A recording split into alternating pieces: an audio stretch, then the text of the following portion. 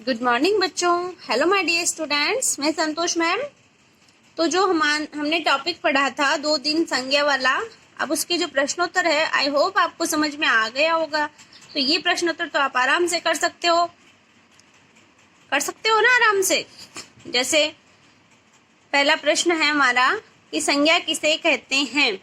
तो देखो इसका उत्तर यहाँ पे दे रखा है, किसी व्यक्ति, वस्तु, स्थान, प्राणी या भाव के नाम को क्या कहते हैं, संज्ञा। तो ये कौन से प्रश्न का उत्तर हो जाएगा, प्रश्न संख्या 1 का उत्तर हो जाएगा। फिर है प्रश्न नंबर 2, संज्ञा के कितने भेद हैं। तो संज्ञा के 3 भेद माने जाते हैं, पता है आप सबको। और संज्ञा तो हम शुरुआत से पढ़ते आ रहे हैं, क्लास 1 से हमारे संज्ञा वाला जो चैप्टर स्टार्ट हो जाता है।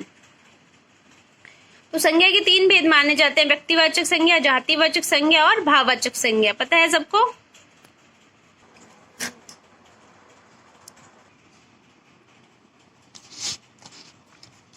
तो 2 प्रश्न हमने देख लिए कि संज्ञा के 3 भेद माने जाते हैं, व्यक्तिवाचक संज्ञा, जातिवाचक संज्ञा और भाववाचक संज्ञा। ठीक है बच्चों।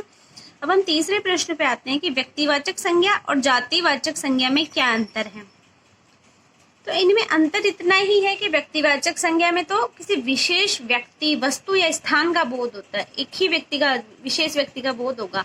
लेकिन जो जातिवाचक संज्ञा है उसमें क्या हो जाएगा, हमें उनकी पूरी जाति का बोध हो जाएगा। आई बात समझ में बच्चों। तो जिन बच्चों के पास बुक है वो तो बुक में से कर ही सकते हो, और नहीं है उनको मैं पिक सेंड कर दूंगी, समझा दूंगी। और जुड़ना है बेटा सारे बच्चों। कभी तो मतलब बहुत बच्चे जुड़ जाते हैं, देख लेते हैं, और कभी कुछ बच्चे ही देख पाते हैं। तो आई होप आपको सीरियसली होके पढ़ाई करनी है थोड़ी। तो देखो ये व्यक्तिवाचक संज्ञा है, इससे क्या हो रहा है, किसी विशेष व्यक्ति, वस्तु या स्थान का बोध हो रहा है हमको। और जो जातिवाचक संज्ञा उसमें क्या हो रहा है, किसी व्यक्ति की या स्थान का बोध न होकर उसकी पूरी जाति का बोध हो रहा है। जैसे शेर है तो शेर एक मांसाहारी प्राणी है, तो ये पूरी जाति का बोध करा रहा है। आई बात समझ में बच्चों। एक में हमें एक ही व्यक्ति का बोध होगा और एक में उसकी पूरी जाति का बोध हो जाएगा, यही अंतर है। फिर है कि भाववाचक संज्ञा शब्द किन से बनते हैं। तो देखो ये ऊपर दे रखा है, और वैसे मैंने आपको बता भी दिया था कि भाववाचक संज्ञा शब्द जातिवाचक संज्ञा से, सर्वनाम से, विशेषण से और क्रिया से मिलके बनते हैं। किस किस से मिलके बनेंगे, जातिवाचक संज्ञा, सर्वनाम, विशेषण और क्रिया से मिलके बन जाएंगे। फिर है द्रव्यवाचक और समूहवाचक संज्ञा किसे कहते हैं। तो ये भी कल हमने पढ़ा था, परिभाषाएं सब लिखवाई थी ना मैंने आपको। तो देखो द्रव्यवाचक संज्ञा हो जाएगी जो संज्ञा शब्द किसी धातु, द्रव्य या पदार्थ का बोध कराते हैं, वे कौन सी संज्ञा कहलाएंगे, द्रव्यवाचक संज्ञा कहलाएंगे। किस किस का बोध कराएंगे, देखो ध्यान से देखना। धातु जैसे सोना, चांदी, तांबा, पीतल सब। द्रव्य जो तैरने वाले पदार्थ हो, और पदार्थ में सारी चीजें आ जाएंगी, जैसे चीनी, चावल सब। फिर है समूहवाचक संज्ञा, जो संज्ञा शब्द किसी प्राणी के पूरे समूह का बोध कराते हैं, समूहवाचक संज्ञा कहलाते हैं। जैसे कक्षा, भीड़, सेना आदि। मैंने आपको बताया था कि कक्षा में बहुत सारे बच्चे होते हैं, तो वो बच्चों का, विद्यार्थियों का एक समूह हो जाता है पूरा।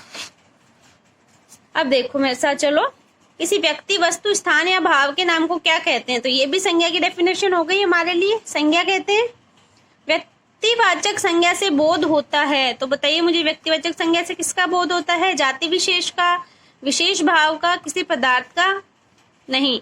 इसका उत्तर होगा द, विशेष व्यक्ति, वस्तु या स्थान का। Understand, okay. कौन सा शब्द समूहवाचक संज्ञा का उदाहरण है। तो देखिए सेना है समूहवाचक संज्ञा का उदाहरण, क्योंकि सेना से हमें पूरे सैनिकों का एक समूह होता है उसका पता लगता है। ठीक है बच्चों। भाववाचक संज्ञा बनती है, तो ये हमने ऊपर भी पढ़ा था।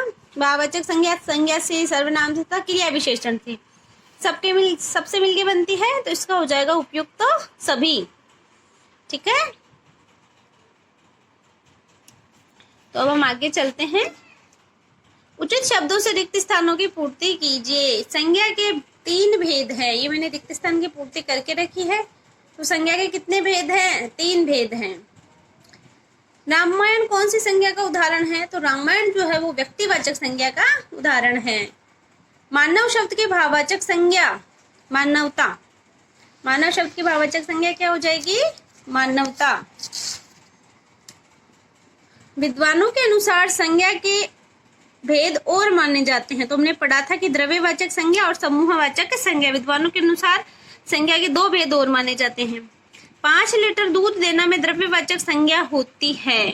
अब देखो इसमें जो है वो गलत दे दिया इसने। 5 लीटर दूध देना में ये पूछ रहा था कि कौन सी संज्ञा है, लेकिन इसने यहाँ दे दिया द्रव्यवाचक संज्ञा, इसलिए मैंने तो सीधा ऐसे लिख दिया द्रव्यवाचक संज्ञा होती है। समझ गए आप। अब देखो निम्नलिखित का मिलान कीजिए। इधर कुछ नाम दे रखे हैं, इधर संज्ञाओं के नाम, अब हमें इनको मिलाना है। तो देखिए व्यक्तिवाचक संज्ञा क्या हो जाएगी, जो रामचरितमानस किताब होती है, जैसे रामायण थी, विशेष हो गई ना ये वस्तु।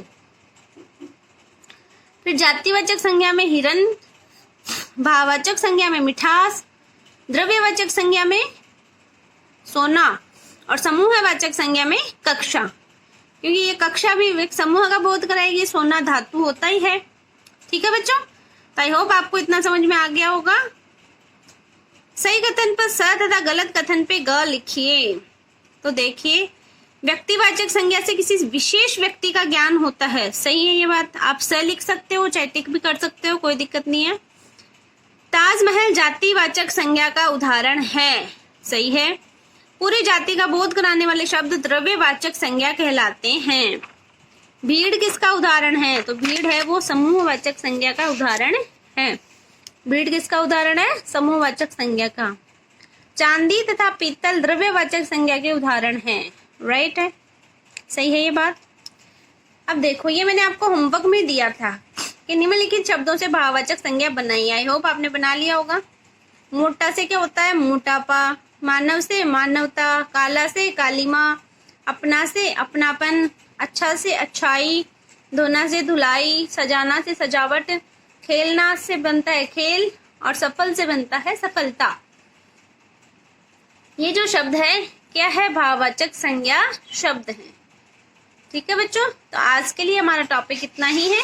और ये जो प्रश्न है सारे संज्ञा किसे कहते हैं, ये वाले जो 5 प्रश्न है ये आपको किस में करने हैं, होमवर्क में करने हैं। Okay, good bye everyone.